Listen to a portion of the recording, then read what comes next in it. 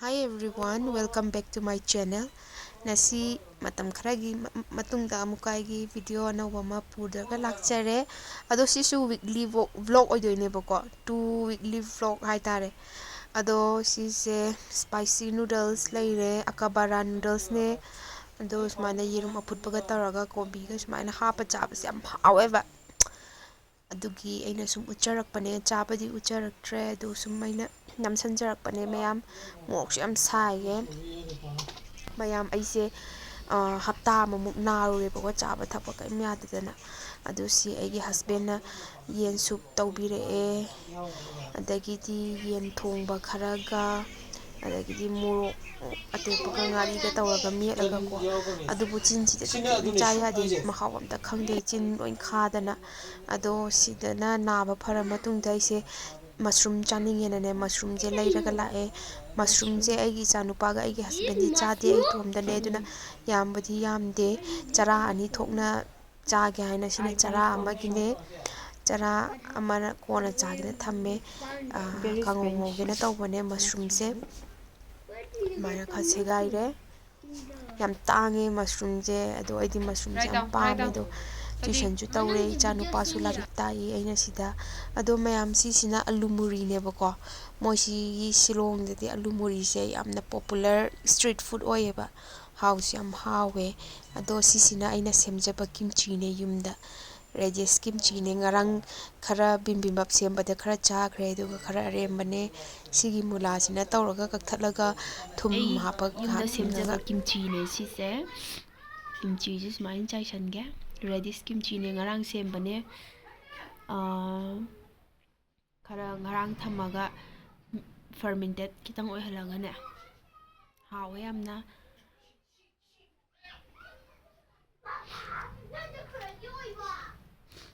swai de yam popular ne ba sigi keno se allu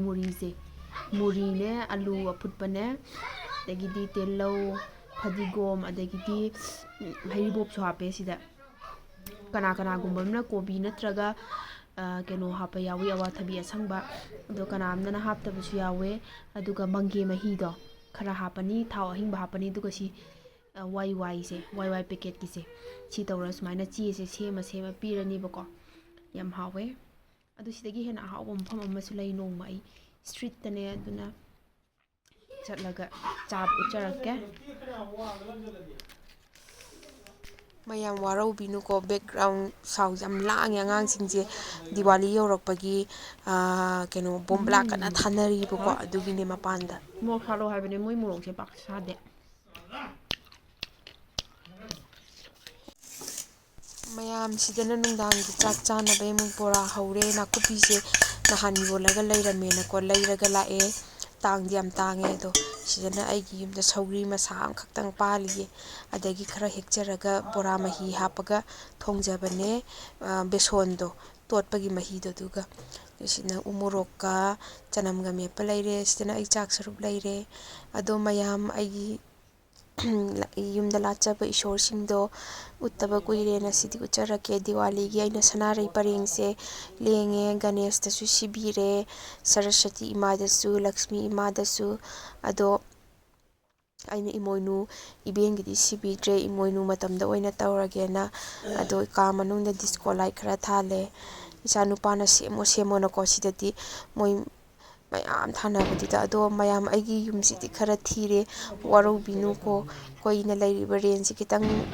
mantak tawre ko ado sina aigi thongjin pane sanarei singje aigi tuition satra singna porakpane sidadi sanarei singje pak hauna de moigi leiba jaga mayang sina leiba jaga dagi hegalaga porakpane disco light khara thale ado mayam sida poison asage bombla angang sing tuition satra sing kharana miss bombla thase na hobla edu khara tharame duloraga chakcha tu oga namjarakpane bombla sing jemte yingbiyo do hayeng Diwali gi sidum thagat charake mayam bye